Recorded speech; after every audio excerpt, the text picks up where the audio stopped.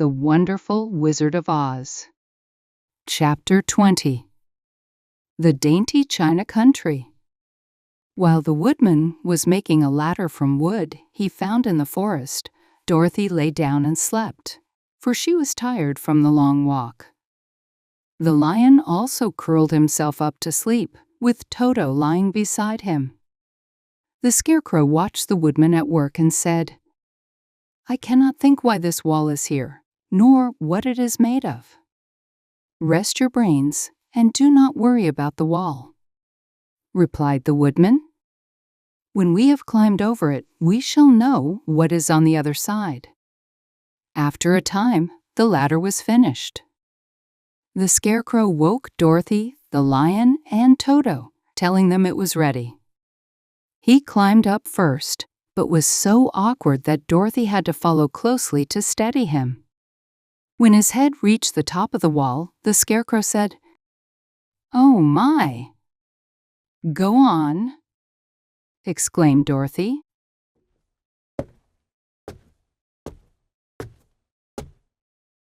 So the Scarecrow climbed farther up and sat down on the top of the wall. Dorothy peered over and cried, "Oh my!" just as the Scarecrow had done. Then Toto scrambled up and immediately began to bark, but Dorothy hushed him. The lion climbed next, followed by the Tin Woodman. Both exclaimed, "Oh my!" upon looking over the wall. When they were all sitting in a row atop it, they gazed down at a strange sight. Before them lay a great stretch of country with a floor as smooth, shining, and white as the bottom of a big platter. Scattered about were many houses made entirely of china, painted in the brightest colors. The largest reached only to Dorothy's waist. There were also pretty little barns with china fences around them, and groups of china cows, sheep, horses, pigs, and chickens standing nearby. But the strangest of all were the people who lived in this queer country. They were all made of china, even their clothes, and the tallest of them was no higher than Dorothy's knee. No one so much as looked at the travelers at first, except one little purple china dog with an extra large head. It came to the wall, barked at them in a tiny voice, and then ran away.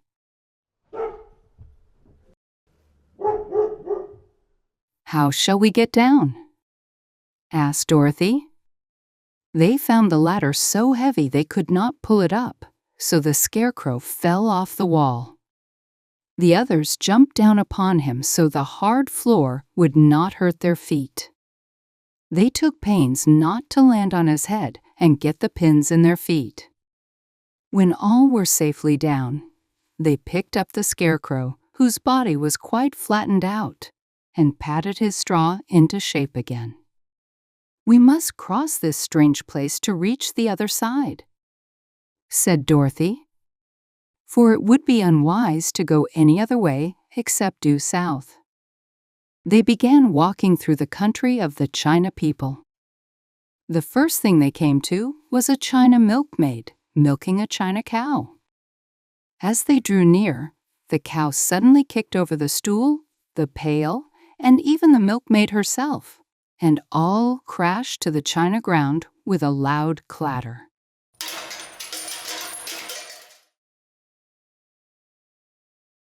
Dorothy was shocked to see the cow had broken her leg off. The pail lay in several small pieces, and the poor milkmaid had a nick in her left elbow. "There!" cried the milkmaid angrily. "See what you have done. My cow has broken her leg, and I must take her to the mender's shop to have it glued on again. What do you mean by coming here and frightening my cow?" "I'm very sorry," returned Dorothy. "Please forgive us." But the pretty milkmaid was far too upset to say a word.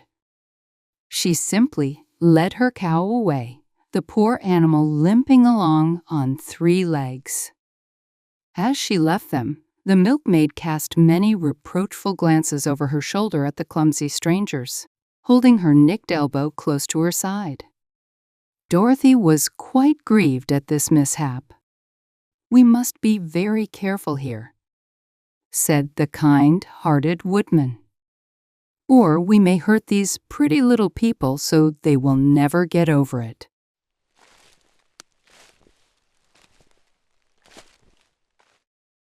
A little farther on, Dorothy met a most beautifully dressed young princess who stopped short at the sight of the strangers and started to run away.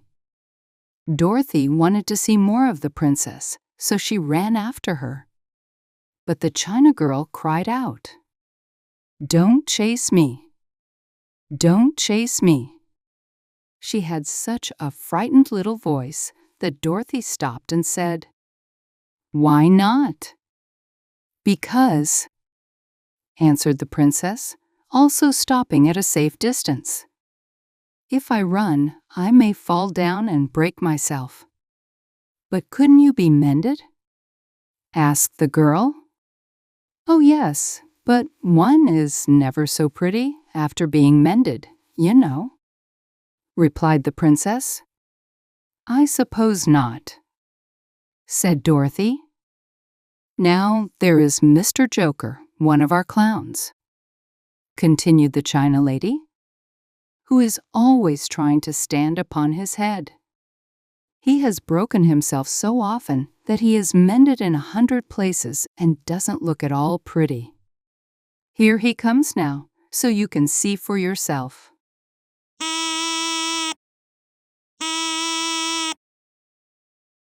Indeed, a jolly little clown came walking toward them.